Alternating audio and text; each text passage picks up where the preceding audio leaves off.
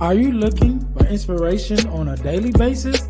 Then check out Deal to Heal Teas. With our inspirational teas, you're sure to find something to inspire you. That's dealtohealteas.com. Put some inspiration in your situation. Wear inspirational tea and be inspired all day. Let's go to dealtohealteas.com. Again, that's dealtohealteas.com.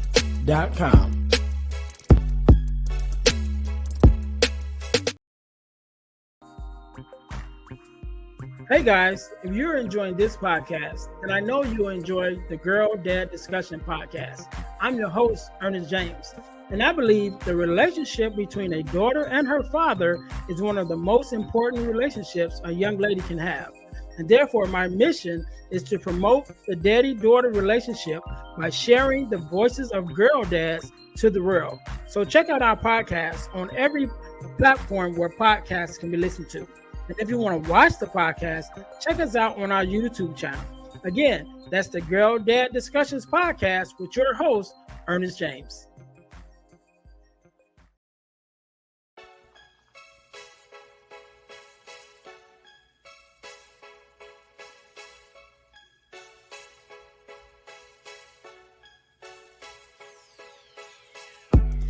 Welcome to Deal to Heal with E. James podcast. On this podcast, my guest and I will discuss topics and ways to help us to heal in every area of our lives. I believe that everyone can live a life that is happy, healthy, and whole. So I'm on a mission to help people to deal, heal, and fulfill. Deal with your problem, heal from the pain, and fulfill your purpose. Thanks for tuning in. Let's get to it.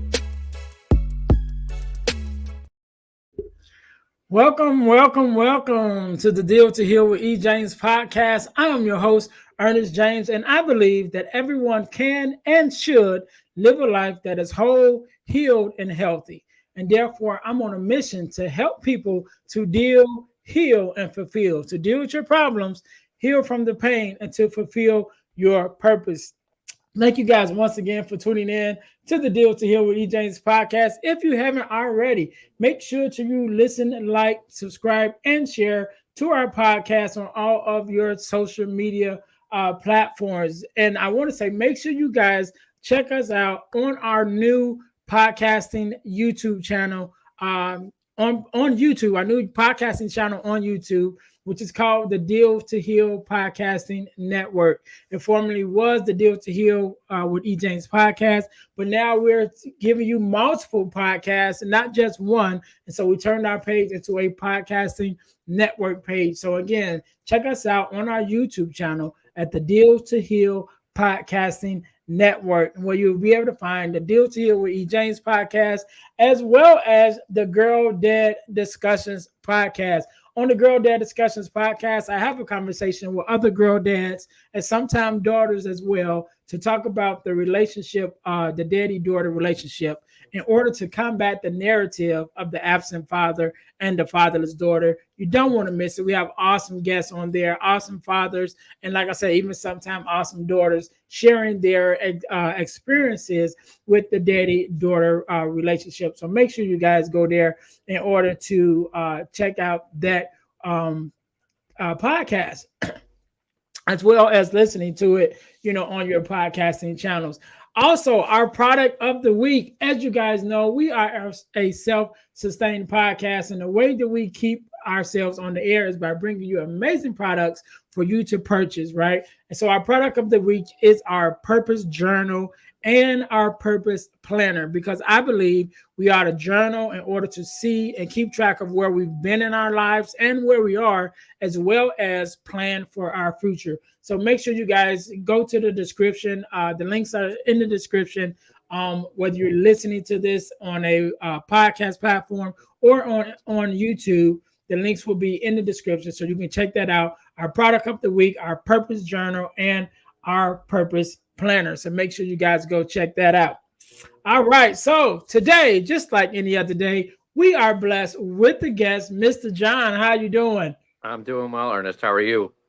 I am good, man. I am good. First of all, let me say thank you for being here because you could have been doing anything else with anyone else, but you're here with me and my listeners, and we definitely appreciate it. So we're gonna jump right in on it, John. Do me a favor, Mhm. introduce yourself to my listeners, and tell us a Sure, little bit about who you are and what it is that you do. sure. So first of all, thank you very much for having me, Ernest. It's just a pleasure and a privilege Mm-hmm. to be with you tonight. My name is Jonathan Slifka. I am a person with a disability, a wheelchair user, living in West Hartford, Connecticut. I am also an aspiring inspirational and motivational speaker. I am a trailblazer in many ways here in town. I was the first to do many things in the town that I grew up in, which has been an honor, as well as some additional experiences with that as well. But that's a little bit of an introduction with me. I don't know how far you want me to get into that because I know you've got a lot of questions, Yeah, yeah. um, but that's how you and I got connected. Yeah, yeah, and we'll definitely get more into your story. Hmm. But yeah, we got connected through a speaking program, Right, right? And so definitely was intrigued by your story, just in us meeting on Zoom first, with right. everyone else, and learning that you are more a motivational speaker, but also being a person who uses a wheelchair, Hmm. and and for whatever reason, and I don't know that I'm sure there's a reason for everything, right?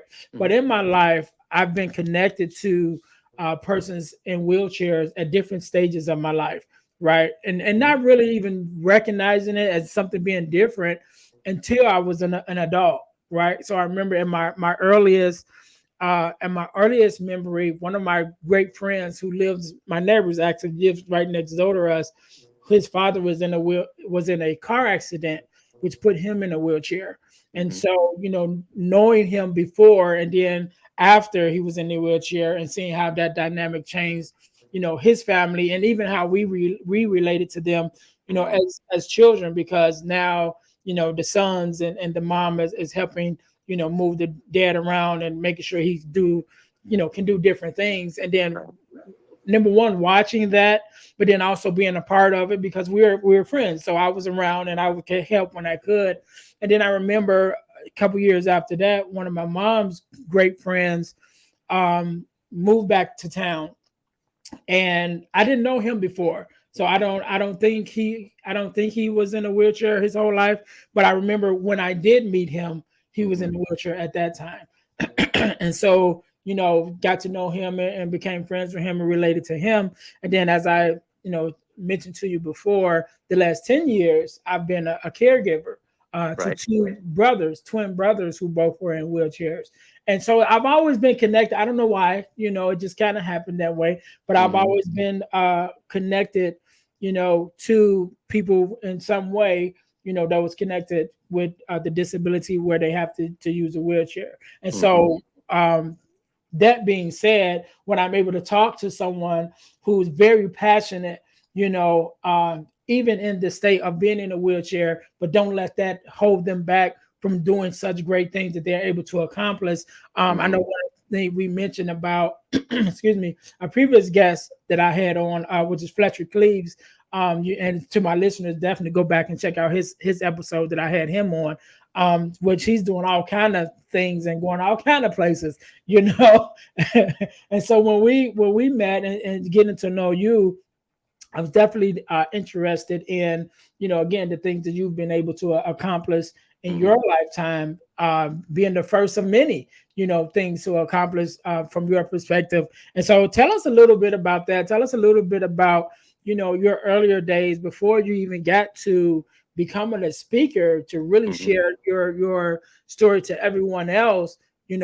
Which probably to you is just like, okay, just a normal everyday thing, to be able to, yet still being a trailblazer, but just like, it's just John, what I'm Right, saying? right. No, and I appreciate that, and you're right. I try not to think about it to that degree, but but it is what it is.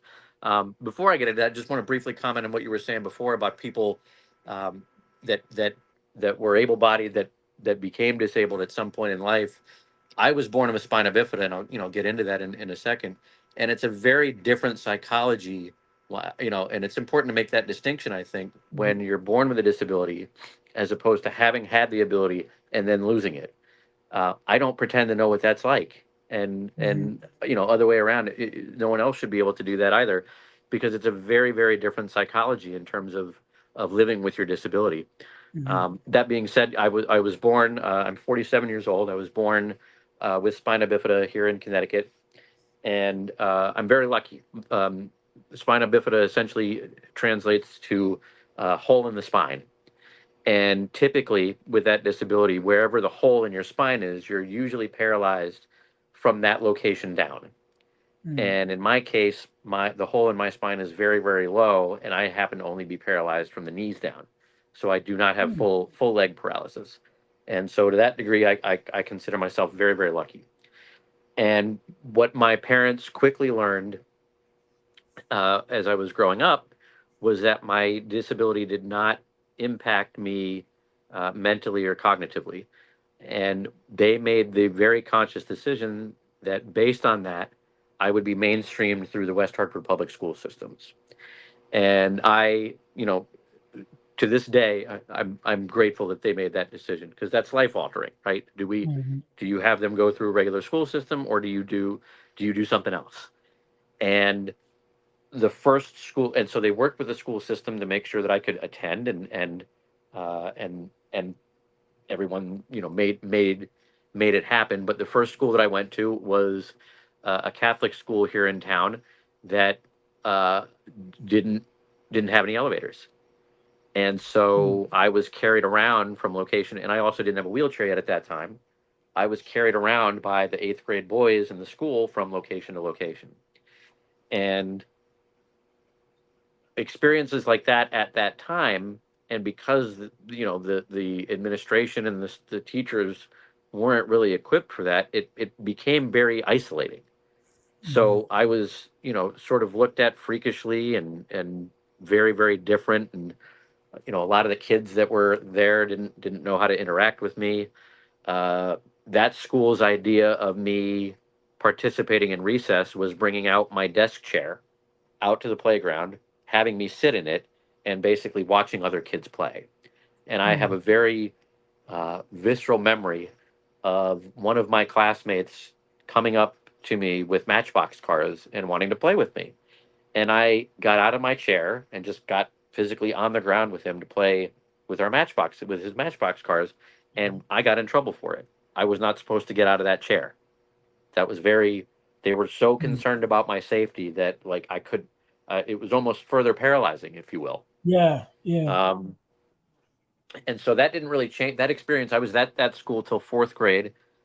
In fifth grade, I transferred to a school that had an elevator. I had a wheelchair by that point, and I was able to sort of come out of my shell a little bit, gain some friendships, and so on and so forth. Still had some very negative and isolating experiences from some teachers there, particularly with respect to things like physical education. They didn't know how to deal with me.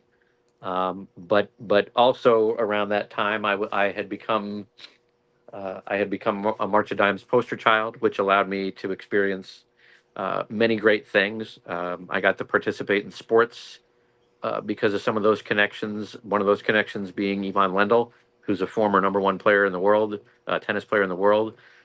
It was through our connection with him that my mother was able to start a wheelchair sports camp here in Connecticut, which was the first of its kind in the history of, I believe, the entire Eastern Seaboard.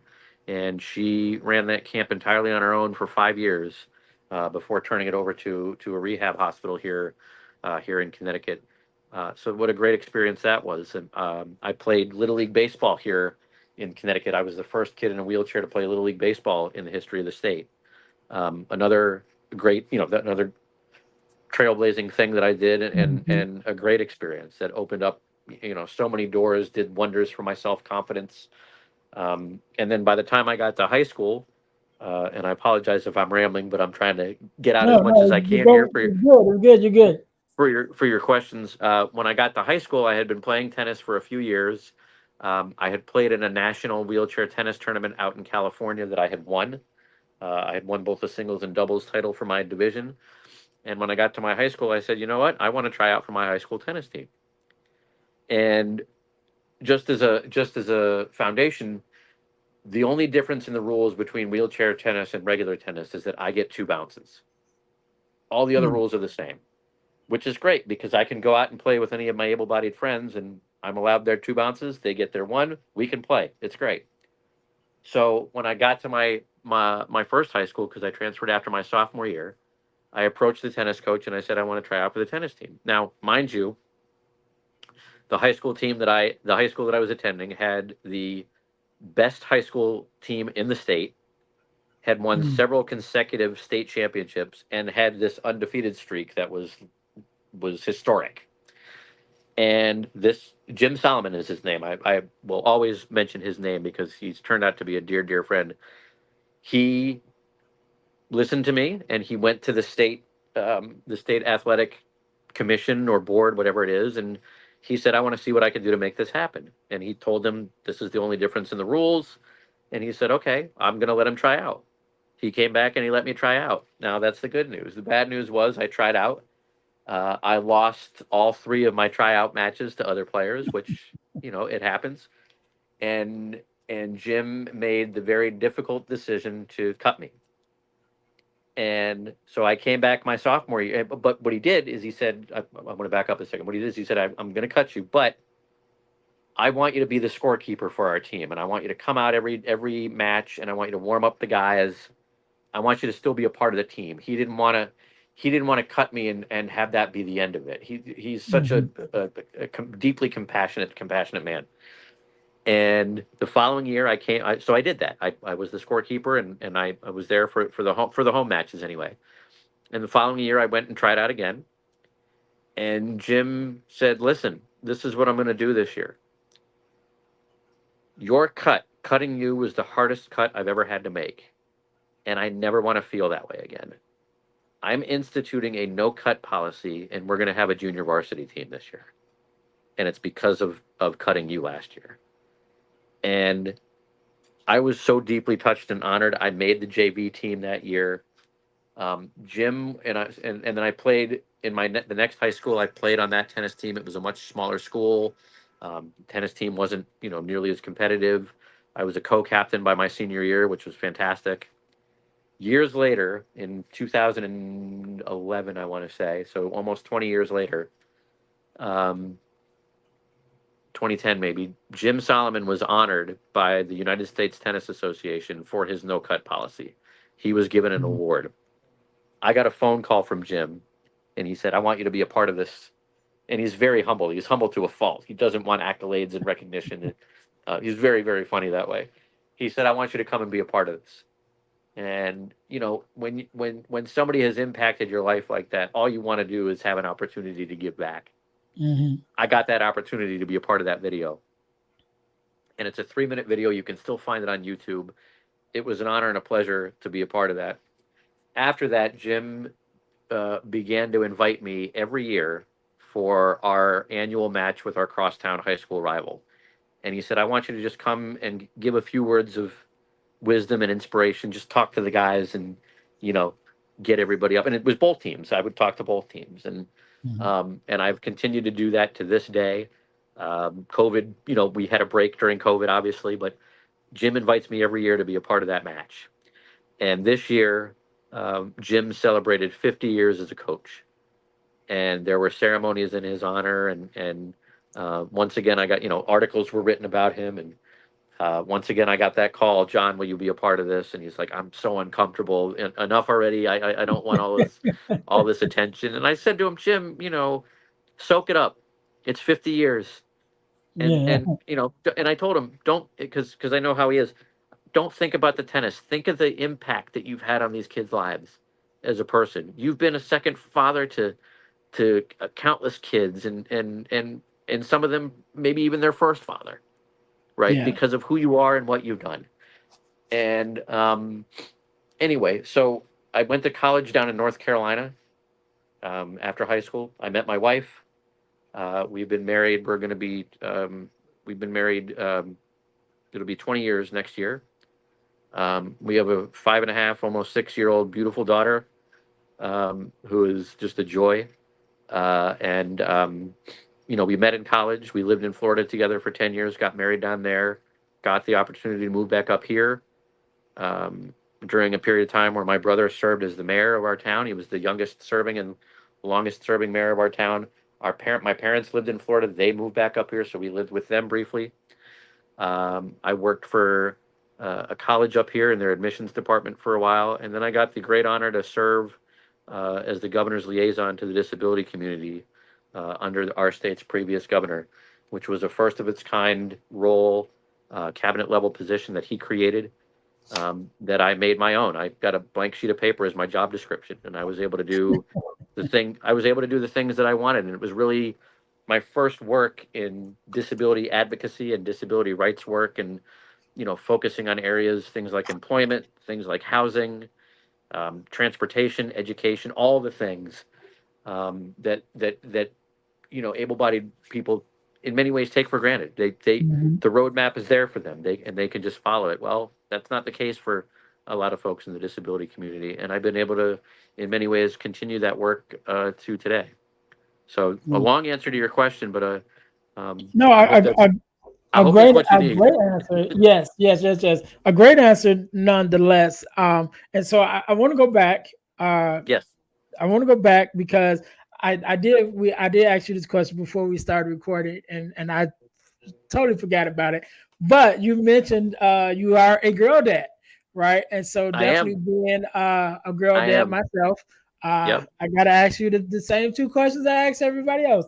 What does it mean to you to be a girl dad, and what is something that your daughter has taught you? I, I have a,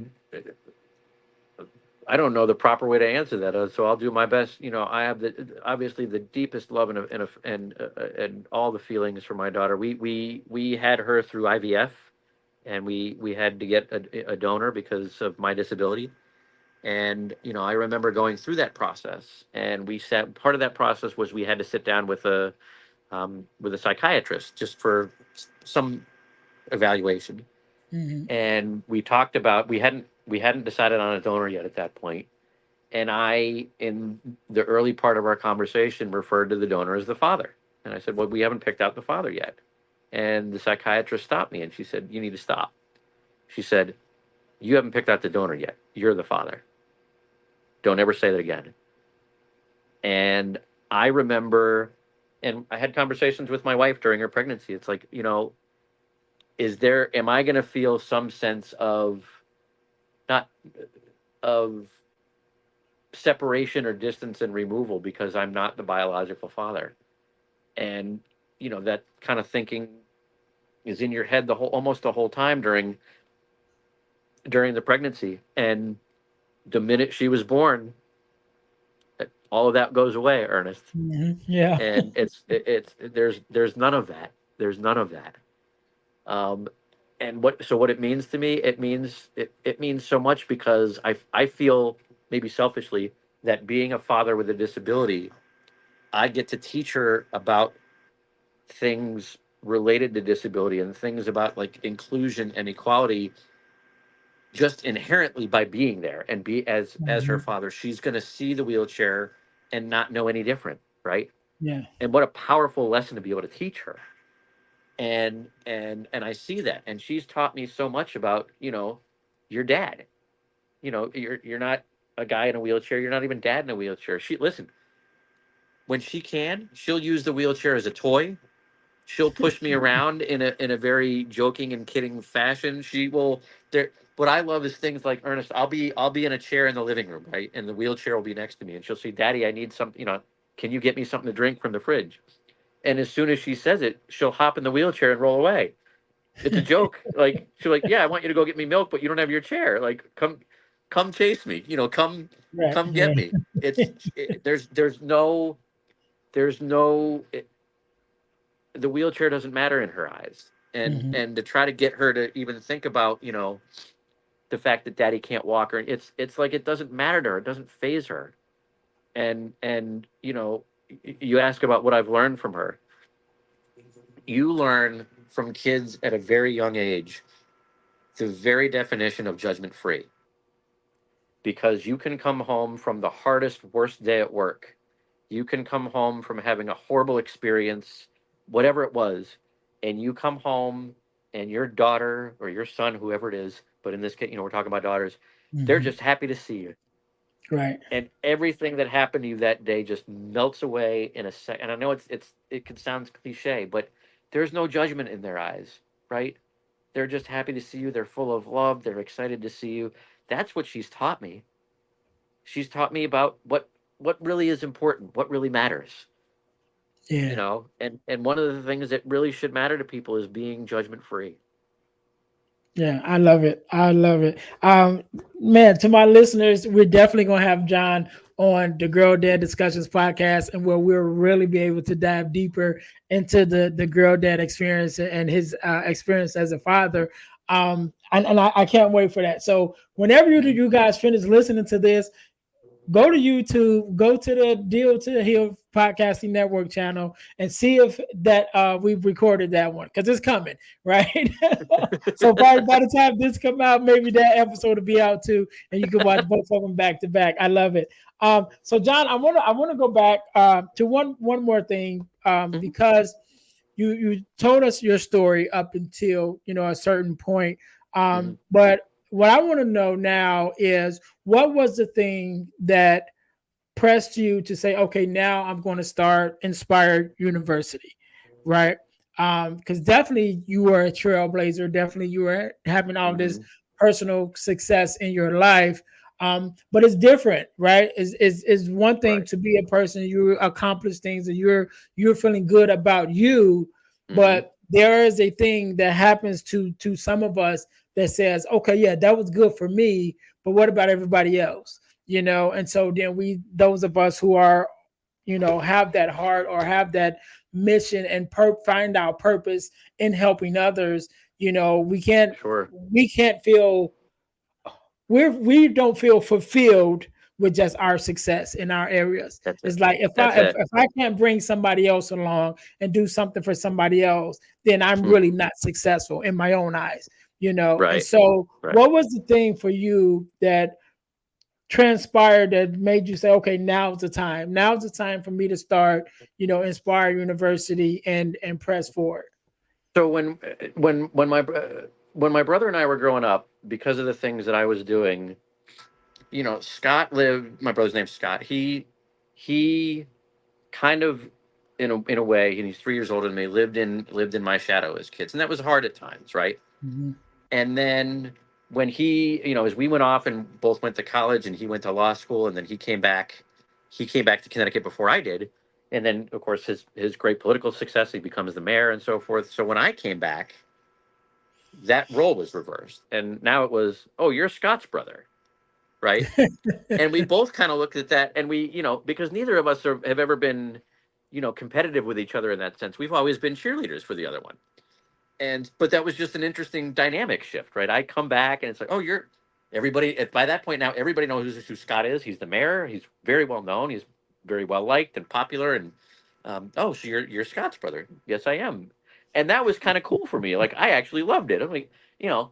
And then I think because of time and distance, having been away from West Hartford for a while, and coming back as an adult, and people seeing me, and seeing that I'm married, and all that, and I have a career. I mean, I didn't love what I was doing, but I was working. So in many Mhm. ways, a success story, if you will, especially in the eyes of the disability community. I had a lot of friends and uh, independently sort of say to me, you've got a great story.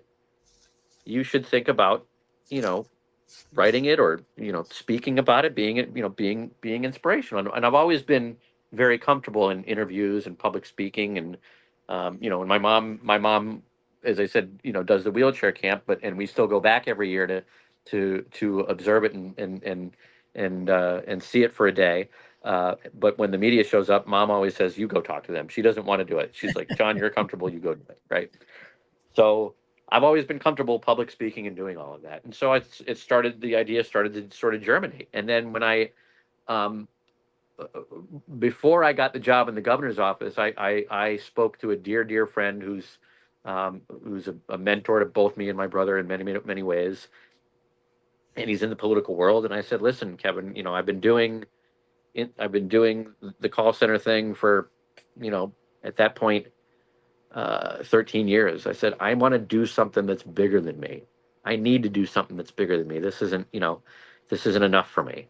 And I think you just reached, to your point, you reach that point in life, right? That you just wake up and you say, I got to do something that's bigger than me. And that's what led to the job in the governor's office. And right around that time, I started to conceptualize this idea. The sad part is not having a lot of money to invest into it. It just took Mhm. a lot of time to get off the ground. I had to learn how to build my own website. I had to learn Yeah. how to do a lot of things on my own that I couldn't necessarily, pay people for. And don't get me wrong, I've gotten a lot of help and a lot of, charity from wonderful people, family and friends alike. But I had to do a lot of that stuff on my own and learn. And so that's kind of where the idea germinated from, and I finally just pulled the plug, or not pulled the plug, but I finally just uh, pressed the gas pedal to the floor at the beginning of this year, and I'm like, okay, my website's done. I'm out there. I'm doing this. Right. That's it. That's it. I love it. I love it. So long story short, that's how we got here, right? Right. so Right. so I wanna talk about a couple things.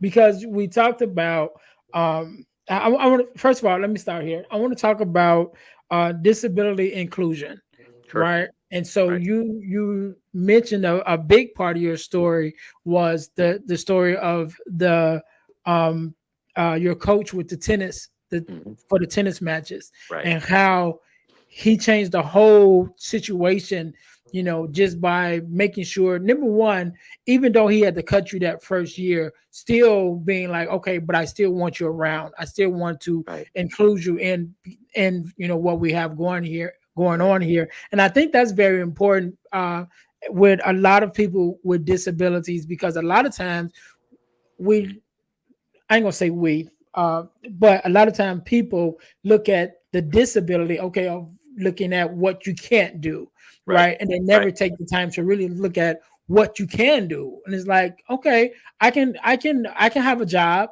what I mean? I can function, I Right. can be mobile on my own. There's plenty of things that I can do. The only thing I can't do necessarily in this case is walk on my own. You know Right. what I mean? That's one Right. thing out of millions of things of abilities that I have, but oftentimes people can't get past the disability in order to see that.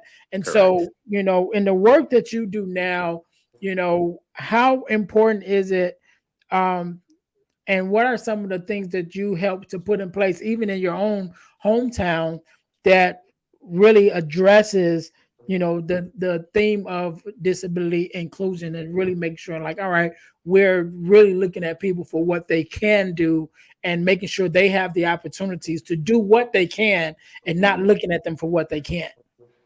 I think it's at the heart of what I do every day. I think it's at the heart of how I operate, and um,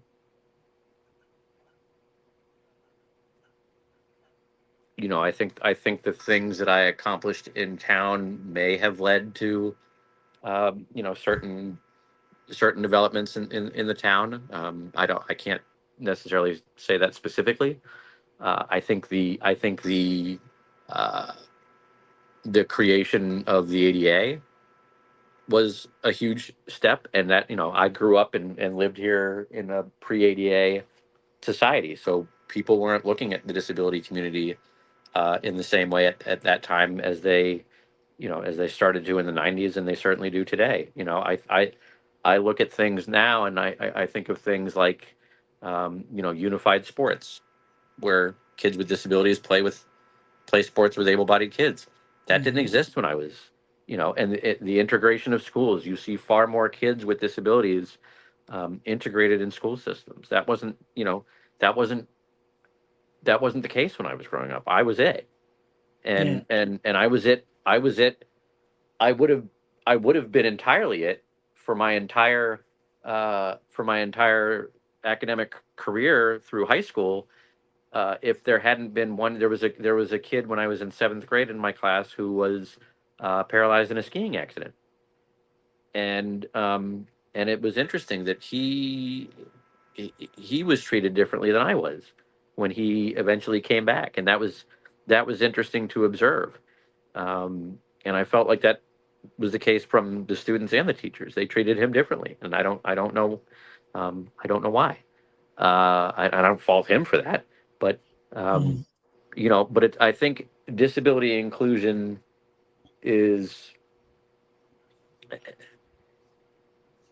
just the essential way that people need to operate. We think about, there's a concept out there, I think about it all the time, called universal design, which is a way to design houses and office buildings. And, if you design things with a disability, with a disability community in mind, then you're designing it for everyone, right? Mhm. If you build a ramp, everyone can use it. If you build stairs, not everybody can, right? Right. And it's that kind of universal thinking, and people talk about accommodations and accommodations especially, and or special considerations, or this, that, and the other. And I'm thinking, but if you just design things differently from the get-go, Mhm. then the disability community wouldn't have to essentially beg for the things that they need. Right. I go back, COVID's a great example, Ernest, right? What happened as a result of COVID? Everyone had to start working from home, and it was almost like flipping a switch. It magically was able to happen. Well, do you know how many people are, and I don't have a number, but there is a significant number of people with disabilities that can't go to an office building for one reason or Mhm. another. But if you gave them the opportunity to work from home, they could. And that's not excluding them. That's saying, well, what can we do to make this work? What is your Right. ability? Well, if I have a computer set up at my house, I can work from home for you. Oh, okay. So I remember reading, and a lot of people, and I saw locally here, would read articles about, this is amazing how technology and it just, it changed the world. People were able to work from home almost instantaneously. And people in the disability community were saying, we've been begging for that kind of stuff for years. Mhm. Yeah. But when it impacted the entire world, it flipped like a switch. I'm going to give you one statistic, Ernest. In the United States alone, there are 50 plus million Americans that are reported to have a disability. 50 plus million. We are Mm. the largest, and it's not a minority because of the size of the number. We are the largest community in the world, the disability community. Why? Well, one, there's a large number of people that don't report they have a disability. So let's just Mhm. consider that number alone. But two, disability is everywhere. It spans all races, all cultures, all sexual identities, sexual preferences. It's everywhere. Anyone can have it. Anyone can become disabled at any time, right? It's a huge, huge number. And once people begin to grasp that and respect the reality of that number, maybe you'll start to see some dynamic shifts in how people operate and how people design things and how people think about things, with whether it's in their personal lives or in their business. It's a huge, huge community. Yeah. Yeah. And You've and got to be I'm inclusive. yeah, and and it makes such a difference. And I'm thinking about two things that you mentioned. Um, you mentioned the treatment of the other student who wasn't born paralyzed but ended up getting paralyzed Hmm. later on, and you also mentioned earlier in the episode that there's a different mindset or different mentality when you've had a ability and it is taken away.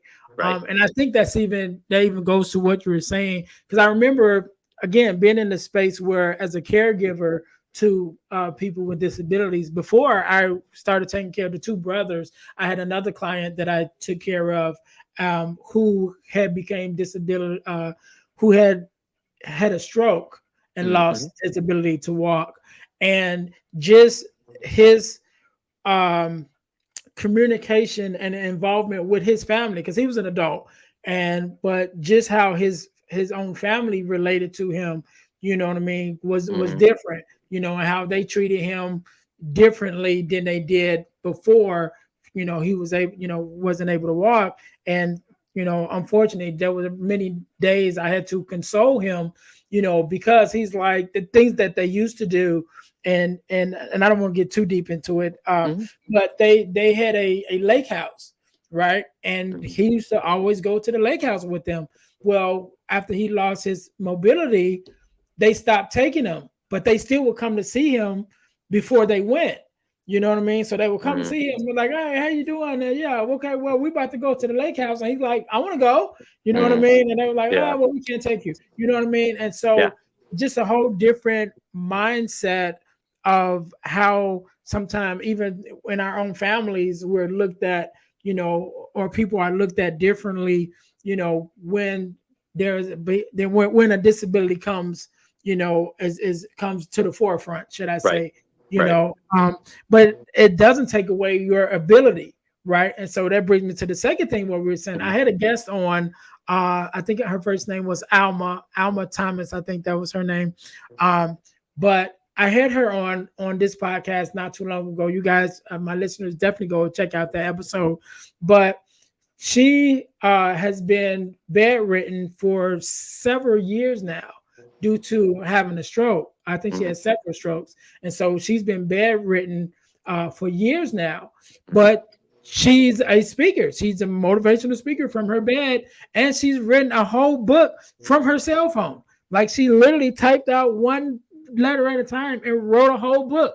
You Hmm. know what I mean? And so it's like the things, like you said, the when we're able to look past the disability and look at a person for what they can do, the abilities that they have, the Right. reality is there's numerous things that we have the ability to do. You know what I mean? When Yep. we just open up our eyes to be able to see it.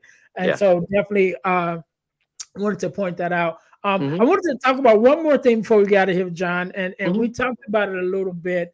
Um, and this idea of going from disability awareness Hmm. to disability in action, Right. right?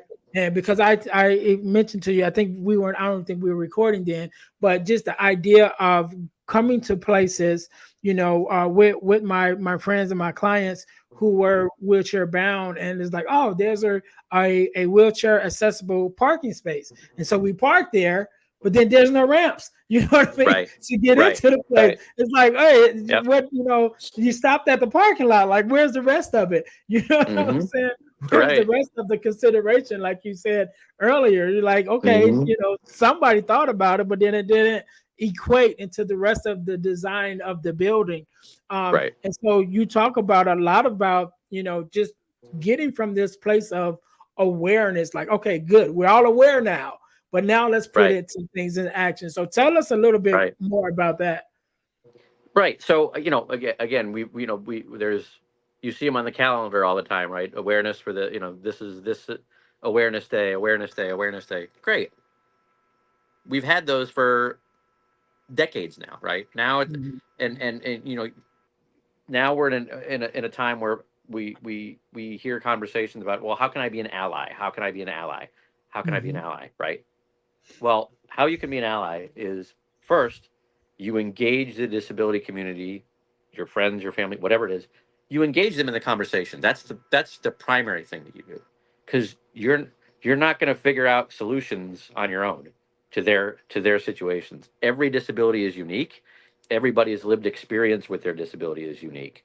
One person with spina bifida lives very differently than the next person with spina bifida, right?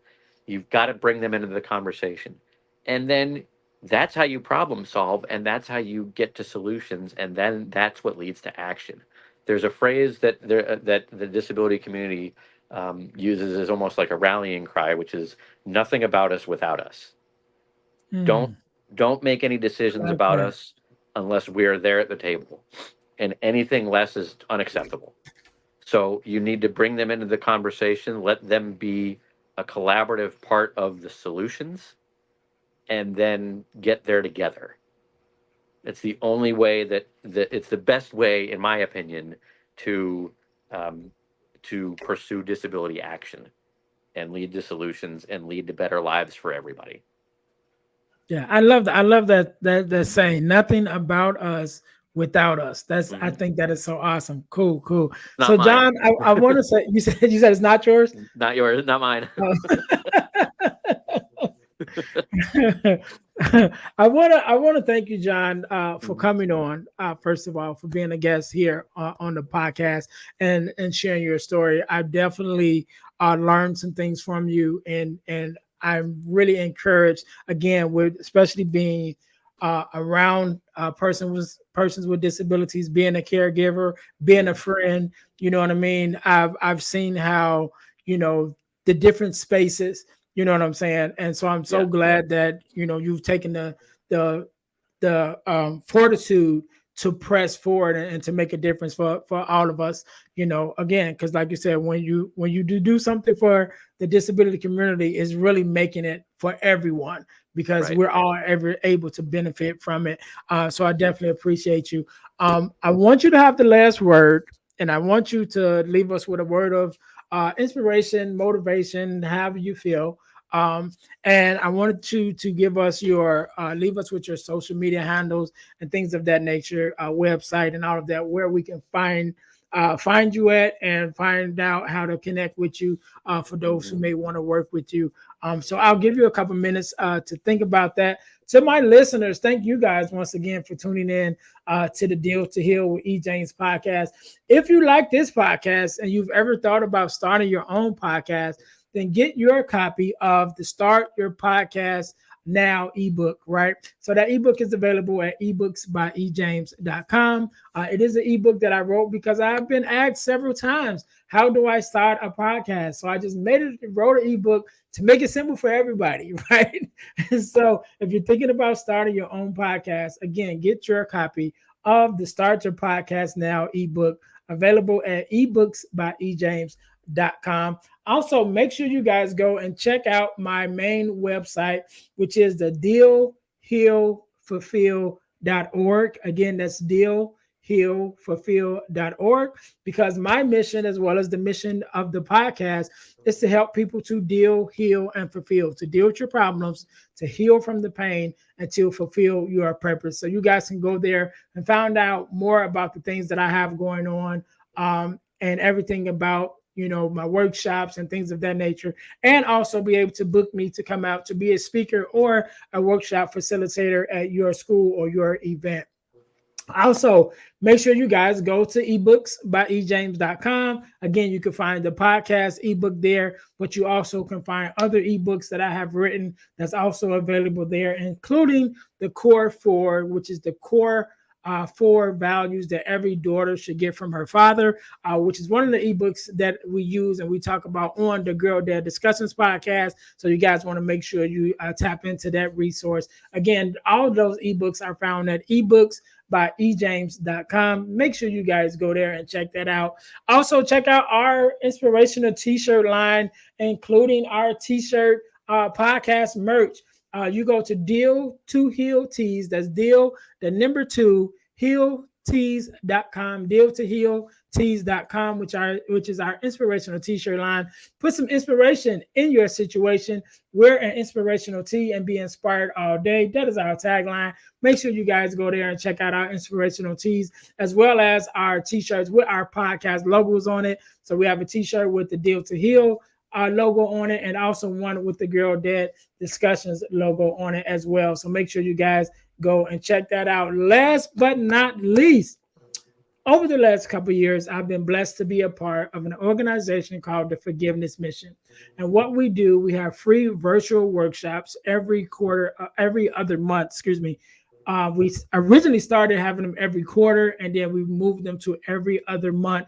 We have a free virtual workshop that you can take on your phone or on your laptop, talking about everything surrounding forgiveness of self, forgiveness of others, forgiveness of the world, who is forgiveness for, what does it mean to forgive, just everything regarding forgiveness. The workshop is absolutely free, but the information is priceless. Whenever you guys are listening to this podcast, either one just ended or one is coming up. So you can go to forgivenessmission.com in order to sign up for our next free virtual workshop, or just go to Eventbrite and look up Forgiveness Workshop held by the Forgiveness Mission, and you guys will be able to find that there. So yeah, make sure you guys go and check out those things. Also, there's so much other information that's available in the descriptions of the podcast, including podcast equipment and stuff. Some of the things, the mics and cameras and all those things that I use is also in the descriptions, and so much other stuff. So when you finish watching or listening to the episode, go to the descriptions and see all the gems that we have there loaded there. And again, there's a lot of information just in the description itself, so make sure you guys check that out. So Jon, once again, I want to say thank you so very much for being on. Thank you for being a guest. I really appreciate having you. I want you to have the last word, so the floor is yours. Oh, thank you, Ernest, and it's been, again, an honor and a privilege to be here with you tonight. Deeply appreciate your time. True inclusion can't happen without collaboration and conversation. That's where it starts first. And so if you want to be inclusive, you need to be collaborative, and you need to have conversations with the people you want to include. And I encourage to do that with everybody to the highest degree possible. All right. Where's your social media handles and your website so we can follow you? Right. So I go back and forth with how I do I use my name. So my website is just jonslifka.com, JONS as in Sam, LIF as in Frank, KA.com. My Instagram is at InspireUJS, so it's INSPIREUJS. And then you can find me on X or Twitter or whatever Mr. Musk is calling it these days, at Jonathan Slifka. And then also you can find me on LinkedIn at Jonathan Slifka. I have two profiles on pretty much all of them, but either one will point you to the other one, and I'm happy to friend anybody that requests it. And certainly, if you're looking for an inspirational and motivational speaker with a disability component, reach out to me. I'm your guy. I'm happy to help out.